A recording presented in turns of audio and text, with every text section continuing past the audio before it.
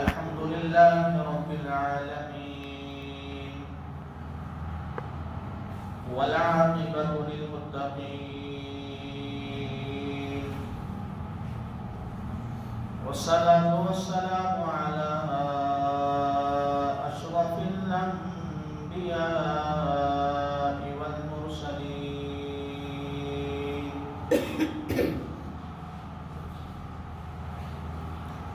وعلى آله وأصحابه أجمعين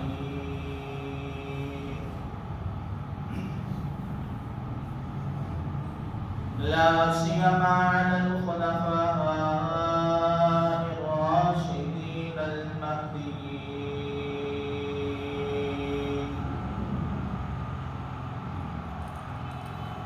ولعنة الله على أعدائهم الرافضين الكافرين المرتدين إلى يوم الدين.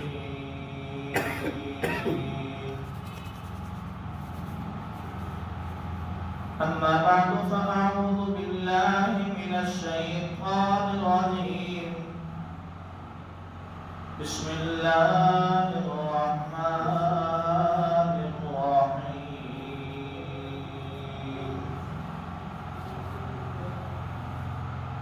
والذي جاء بالصدق وصدق به أولئك هم المتقون.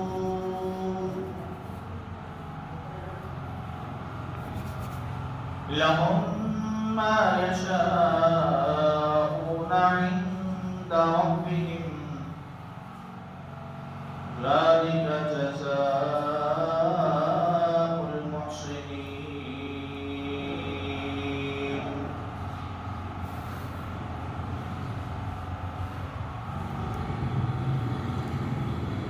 صدق الله العلي العظيم وبلغنا رسوله النبي الكريم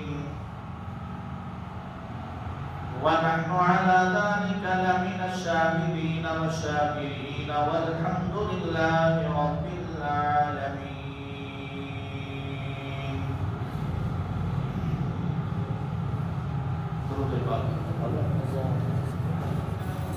اللهم صل على محمد في أول كلامنا. اللهم صل على محمد أوسط كلامنا. اللهم صل على محمد في آخر كلامنا.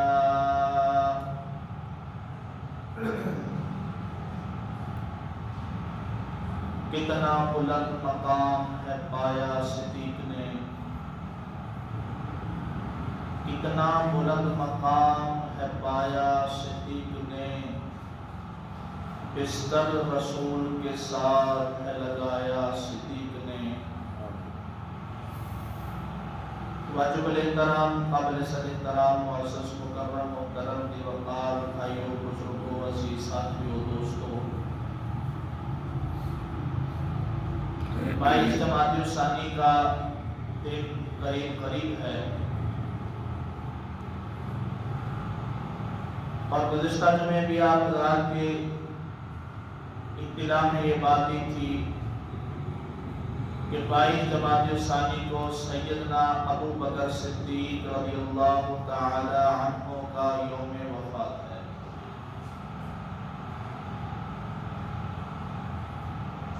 آج کے مختصر سے وقت میں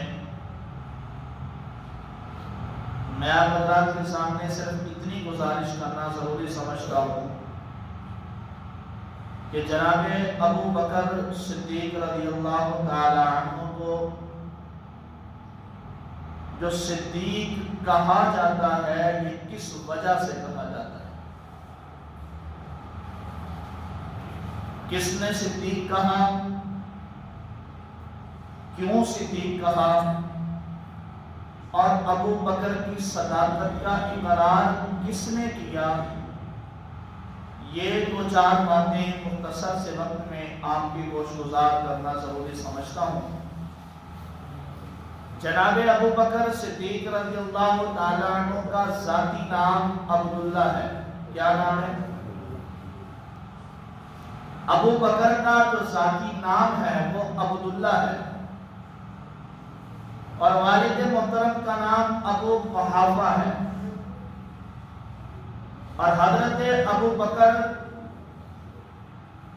کی جو کنیت ہے وہ ابو بکر ہے، اور صدیق اور عتیق یہ دو لقب ہیں. لقب کے اعتبار سے جناب عبداللہ صدیق بھی ہیں اور عتیق بھی ہیں. کنیت کے اعتبار سے ابو بکر ہیں. والد محترم کا نام ابو قحافہ ہے، اور اپنا ذاتی نام عبداللہ ہے. ابو بکر کا معنی بعض لوگوں نے یہ کیا ہے کہ ابو بکر کا معنی ہے کنواری لڑکی کا باپ.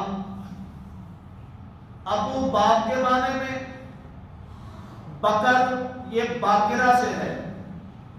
باقرہ اس عورت کو کہا جاتا ہے جو کنواری ہو. تو اس اعتبار سے بعض لوگوں کا یہ ماننا ہے کہ ابو بکر کا معنی کنواری لڑکی کا باپ. لیکن بعض لوگوں نے کہا کہ یہ معنی غلط ہے.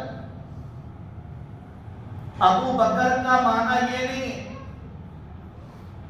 بلکہ ابو بکر کا معنی یہ ہے،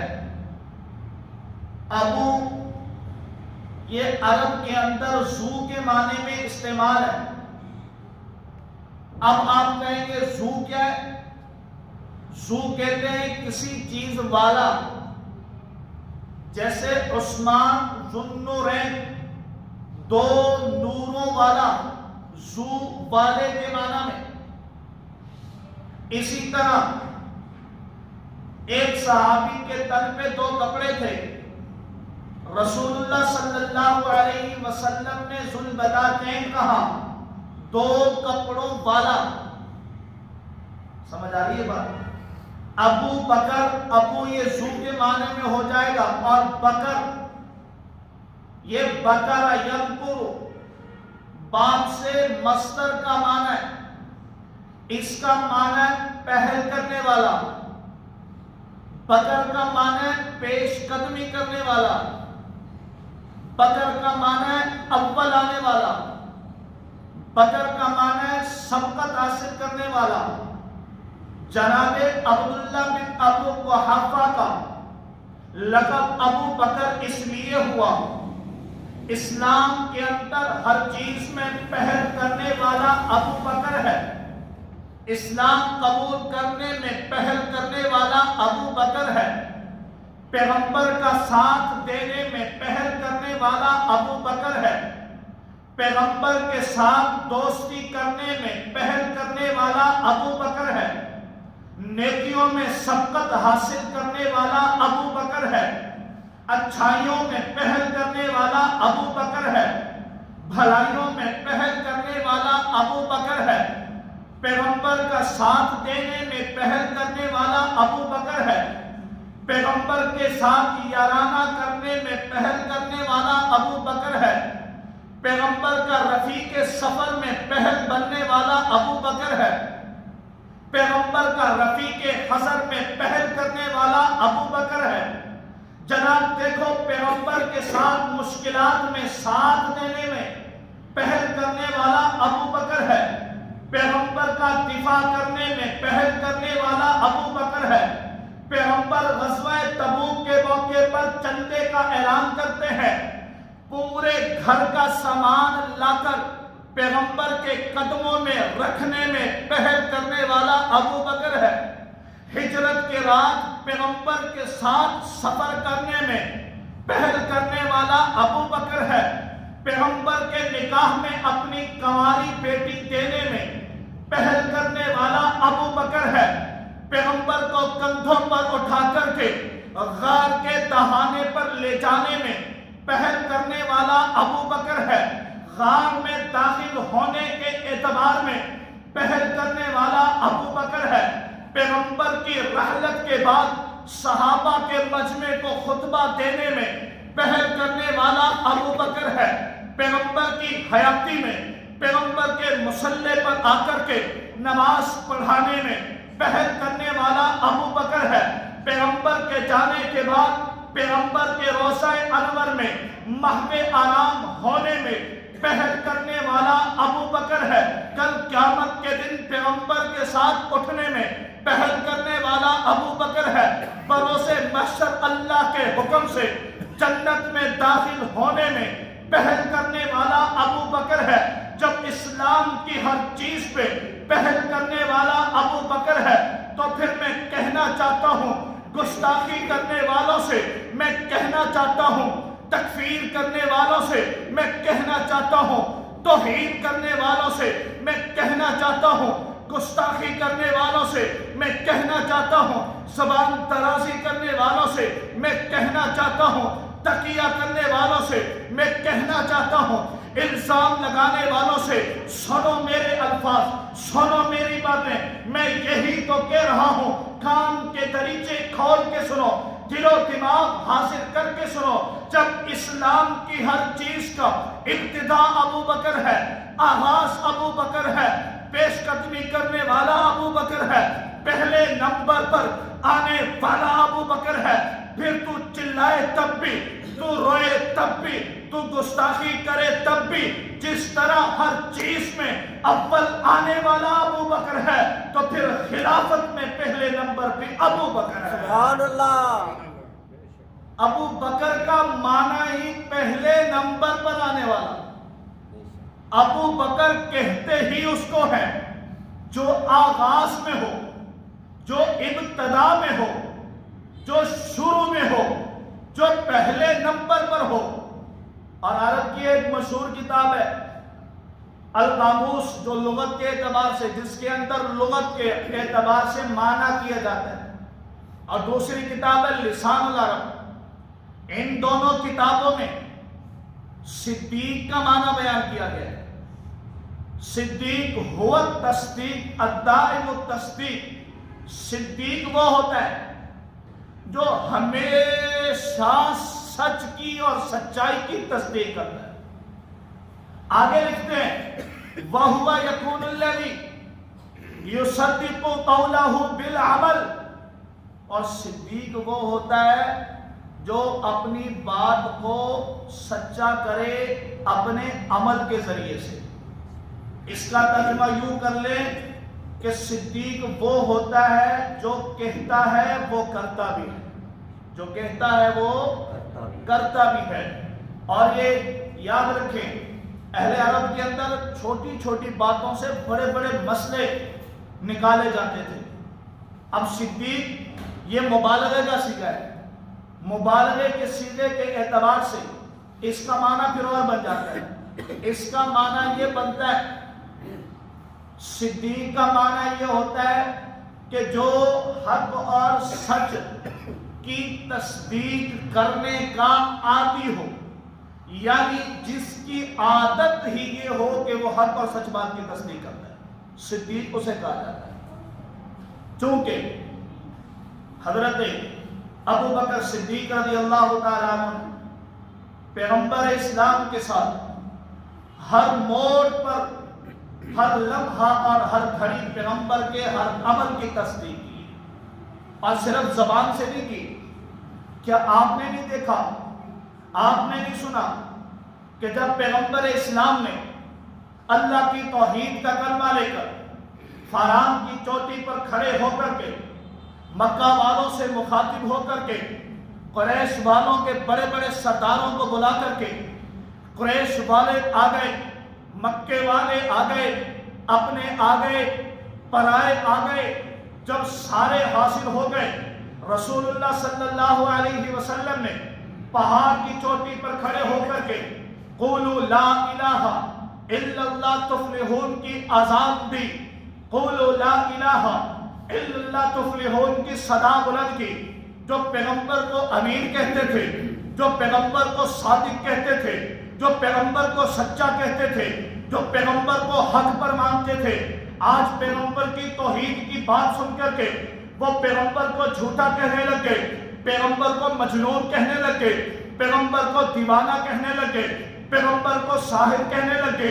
ایسے مشکلات کے دور میں، ایسے پریشانی کے دور میں، جہاں ظلم اور تشدد ہو، جہاں پر بریت کا دورہ ہو، جہاں اپنے بھی بیگانے ہوتے ہوئے نظر آئے، جب سارے ساتھ چھوڑ کر کے جا رہے ہیں، جب لوگوں نے پتھر برسانا شروع کیے ہیں، ایسے حالات میں اگر پیغمبر کے اس قول کی کسی شخصیت نے تصدیق کی ہے، صرف زبان سے تصدیق نہیں کی، ابو بکر میدان میں آتا ہے اور میدان میں آ کر کے پیغمبر کے قول کی تصدیق کر کے دنیا کو بتاتا ہے، ظلم اور تشدد کا بربریت کا سامنا کرتا ہے، مارے کھاتا ہے، اپنے اور بیگانوں کے تانے برداشت کر کے ابو بکر بتاتا ہے کہ صدیق ہوتا ہی وہ ہے جو اپنی زبان سے پیغمبر کی تصدیق کرے اور اپنے عمل سے پیغمبر کی تصدیق کرے۔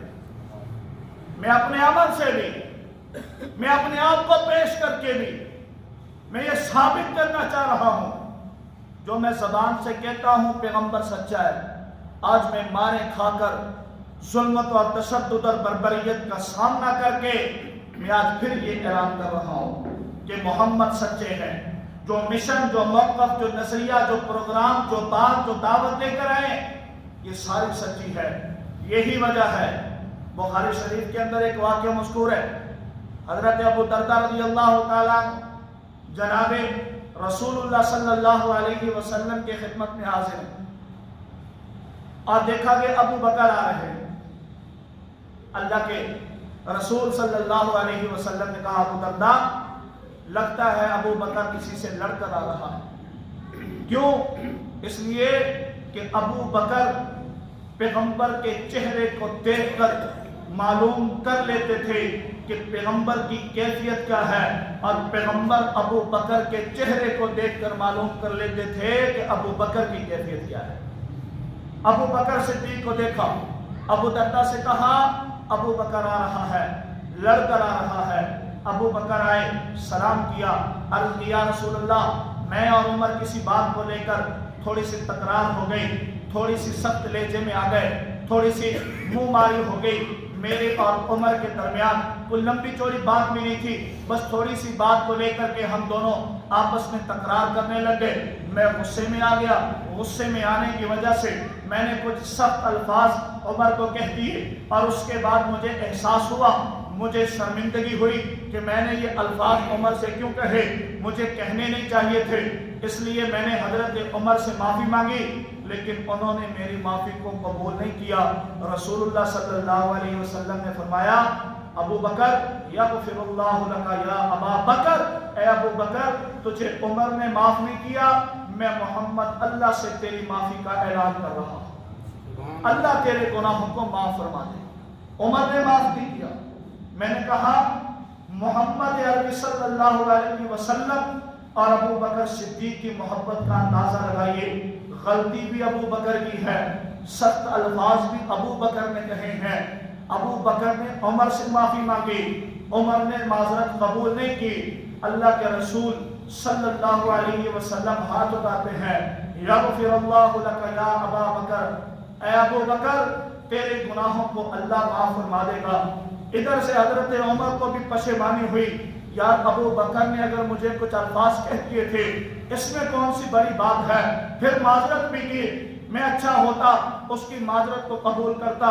حضرت عمر رضی اللہ تعالی عنہ گھومتے گھومتے ابو بکر کے گھر میں گئے، ابو بکر نہیں تھے، رسول اللہ صلی اللہ علیہ وسلم کی خدمت میں آئے، سلام کیا۔ اب دیکھو حضرت عمر نے جیسے ہی سلام کیا، رسول اللہ صلی اللہ علیہ وسلم کے چہرے کے آثار متغیر ہو گئے۔ رسول اللہ صلی اللہ علیہ وسلم کا چہرہ غصے سے بھر گیا۔ ابو بکر نے دیکھا، پاؤں میں بیٹھ گئے، یا رسول اللہ عمر سے کچھ نہ کہیں، میری ہی غلطی تھی۔ لیکن اس کے باوجود اللہ کے رسول نے حضرت عمر کو مخاطب کر کے کہا، ان اللہ بعثنی الیکم، اے عمر اللہ نے مجھے تمہاری طرف بھیجا تھا، لیکن فقلتم کذبتا، تم نے میری تکفیر کی، تم نے مجھے جھٹلایا، تم نے مجھے طرح طرح کے طعنے دیے تھے، یہ تمہارے قریش کے لوگ تھے، یہ تمہارے مکہ کے لوگ تھے، جب میرے جسم پر پتھر برساتے تھے، جب مجھے جھوٹا اور دیوانہ کہتے تھے۔ عمر، اگر ایسے حالات میں میرا ساتھ دیا ہے تو ابو بکر نے دیا ہے، اگر ایسے حالات میں میری بات کی تصدیق کی ہے تو وہ ابو بکر نے کی ہے۔ آج میں محمد عربی ابو بکر کے بارے میں ایک جملہ سننا میں برداشت نہیں کرتا، چاہے کہ تو ابو بکر سے ناراض ہو جائے۔ عمر نے کہا یا رسول اللہ، میں تو معاف کر چکا تھا، بس اطلاع دینے آیا تھا۔ اب دیکھو ابو بکر کی اتنی سی بات بھی رسول خدا صلی اللہ علیہ وسلم برداشت نہیں کرتے، چاہے کہ آج کا کوئی منافق، کوئی کافر، کوئی بھنگی، کوئی چرسی آ کر کے ابو بکر کی توہین کرے، تکفیر کرے، اور پھر کوئی آ کر کے اس کو اپنے گلے سے لگائے، اس کو اپنا بھائی مانے۔ میں سمجھتا ہوں پیغمبر کی سنت یہ ہے کہ جو ابو بکر کے خلاف سخت الفاظ استعمال کرے، پیغمبر نے اس کے لیے سخت الفاظ استعمال کر کے بتایا۔ جو ابو بکر کے لیے کہو گے، پیغمبر کی سنت یہ ہے کہ پیغمبر اس کو اسی انداز میں جواب دے گا۔ اسی طرح واقعہ معراج کی تصدیق سب سے پہلے کرنے والے ابو بکر ہیں۔ بہت سی باتیں ایسی ہیں جس میں پیغمبر کی تصدیق کرنے والے ابو بکر ہیں۔ اور اسی طرح بخاری شریف کی ایک اور روایت ہے، حضرت انس بن مالک رضی اللہ تعالیٰ عنہ روایت کرتے ہیں، بخاری شریف کے اندر موجود ہے کہ حضرت ابو بکر، حضرت عمر اور حضرت عثمان اور پیغمبر خدا احد کے پہاڑ پر کھڑے ہیں۔ اچانک احد کا پہاڑ ہلا۔ رسول اللہ صلی اللہ علیہ وسلم نے کہا اسبت احد، اے احد ٹھہر جا، یہ تھر تھرانا بند کر دے، یہ کانپنا بند کر دے۔ کیوں؟ فَإِنَّمَا عَلَيْكَ، تجھ پر نبی صدیق و شہیدانی، ایک نبی ہے، ایک صدیق ہے اور دو شہید ہے۔ جس کو اللہ کا نبی صدیق کہے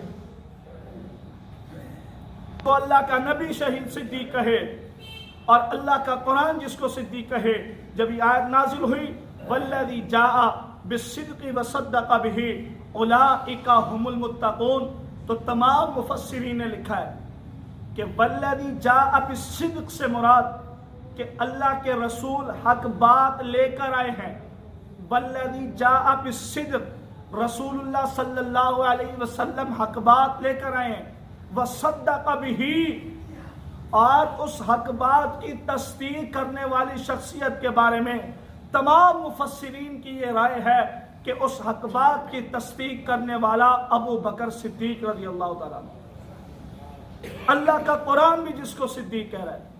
اور یہ تو میں نے وہ باتیں بیان کی جو ہمارے مسئلے کے اعتبار سے، میں دشمن کی کتابوں کے حوالے بھی رکھتا ہوں کہ جن کی کتابوں میں یہ موجود ہے۔ ان کا ایک بڑا مفسر گزرا ابو علی فضل بن حسین، جس نے اپنی تفسیر مجمع البیان کے اندر لکھا ہے، یہی آیت کے ذیل میں لکھتا ہے کہ والذی جاء بالصدق سے مراد رسول ہیں، اور وصدق بہ سے مراد ابو بکر صدیق ہے۔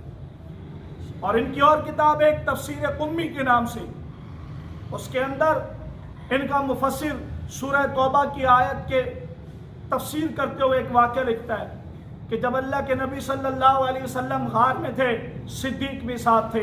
رسول اللہ صلی اللہ علیہ وسلم نے غار میں کچھ واقعات دیکھے۔ ابو بکر نے کہا یا رسول اللہ مجھے بھی دکھائیے۔ اللہ کے نبی صلی اللہ علیہ وسلم نے اپنے ہاتھوں کو ابو بکر کی آنکھوں پر پھیرا۔ ابو بکر نے وہ واقعات دیکھے جو رسول اللہ صلی اللہ علیہ وسلم نے دیکھے، اور ہاتھ پھیرنے کے بعد اللہ کے رسول نے کہا فقال لأبی بکر الصدیق، ابو بکر سے کہا یا ابا بکر انت صدیق فی الغار، تو صدیق بھی ہے اور میرے غار کا ساتھی بھی ہے۔ اسی طرح ان کی ایک کتاب ہے کشف الغمہ، اس کے اندر بھی یہ روایت موجود ہے۔ اسی طرح احتجاج طبرسی کے اندر بھی روایت موجود ہے اسی طرح ایک کتاب معرفت و اخبار الرجال، یہ اہل تشیع کی معتبر ترین کتاب ہے، اس کے اندر ایک روایت موجود ہے، حضرت رسول خدا صلی اللہ علیہ وسلم نے فرمایا الجنت ان الجنت مشتاق الی ثلاثۃ، جنت 3 آدمیوں کا شوق رکھتی ہے، جنت 3 آدمیوں کے لیے مشتاق رہتی ہے، 3 آدمیوں کا شوق رکھتی ہے۔ اتنے میں فجاء ابا بکر، اتنے میں ابو بکر صدیق بھی آ گئے، ٹھیک ہے۔ رسول اللہ صلی اللہ علیہ وسلم نے ابو بکر صدیق کو دیکھا، فقال له، فرمایا انت صدیق، ابو بکر آپ تو صدیق ہیں، وانت ثانی اثنین اذ ہما فی الغار، ابو بکر آپ تو میرے غار کے ساتھی بھی ہیں، آپ تو صدیق بھی ہیں۔ اب دیکھو کہ دشمن کے بڑوں نے بھی ابو بکر کی صداقت کا اقرار کیا ہے، دشمن کے بڑوں نے بھی ابو بکر کی صداقت کا اقرار کیا ہے، اور ابو بکر کی صداقت کا اقرار کرنا یہ اسلام کا حصہ ہے، ایمان کا حصہ ہے۔ اور میں سمجھتا ہوں جو ابو بکر کی صداقت کا اقرار نہیں کرتا بلکہ انکار کرتا ہے، وہ مسلمان تو کیا، اسلام میں کے اندر مسلمانیت تو کیا، وہ انسان کا بچہ بھی نہیں رہتا۔ اس لیے ابو بکر کی صداقت کا اقرار کرنا کائنات میں بسنے والے، ہر ایمان کے اندر چلنے والے انسان کے لیے فرض ہے کہ اگر ابو بکر کی صداقت کا اقرار نہیں ہے، خدا کی قسم ہے دنیا کی بڑی سے بڑی عبادتیں کر لے، لیکن ابو بکر کی صداقت کا اقرار نہیں تو کوئی عبادت اس کی قابل قبول نہیں ہے۔ اس لیے 22 جماعت ثانی آ رہا ہے، آپ حضرات کے علم میں انشاءاللہ العزیز اہل سنت والجماعت اس دفعہ بھرپور طاقت کا مظاہرہ کرے گی اور دشمن کو پیغام دے گی کہ یہ ملک پاکستان ابو بکر صدیق کے غلاموں کا ملک ہے، اور اس حساب سے انشاءاللہ العزیز 22 جماعت ثانی کو بھرپور انداز سے مدح صحابہ ریلی ہوگی، آپ تمام احباب شرکت کریں گے۔ گلا انتہائی خراب تھا، اس کے باوجود آپ حضرات کے سامنے شرکت کی ہے۔ اللہ رب العزت سے دعا ہے کہ جو کچھ سنا سنایا اس پر عمل کی توفیق عطا فرمائے۔ اور ایک اعلان بھی ہے کہ ماشاءاللہ آپ حضرات مبارکباد کے مستحق بھی ہیں کہ آپ کی مسجد کے مینار کا کام شروع ہو رہا ہے انشاءاللہ العزیز، ان قریب 2-3 دن کے اندر مسجد کے مینار کا کام شروع ہو جائے گا۔ اور یہ تو چونکہ اللہ کے گھر ہیں، رسول اللہ صلی اللہ علیہ وسلم نے فرمایا من بنا للہ مسجدا بنى اللہ لہ بیتا فی الجنہ، جس نے دنیا کے اندر اللہ کا گھر بنایا، اللہ قیامت کے دن جنت کے اندر اس کے لیے محل تیار کریں گے۔ تو آپ حضرات تمام احباب دل کھول کر تعامل فرمائیں، جس مد میں بھی فرما سکیں، سیمنٹ ہے، سریہ ہے، بجری ہے، مزدوری ہے، تمام احباب بھرپور انداز سے تعامل فرمائیں۔ اللہ رب العزت آپ کا دیا قبول فرمائے۔ وما علینا الا البلاغ المبین۔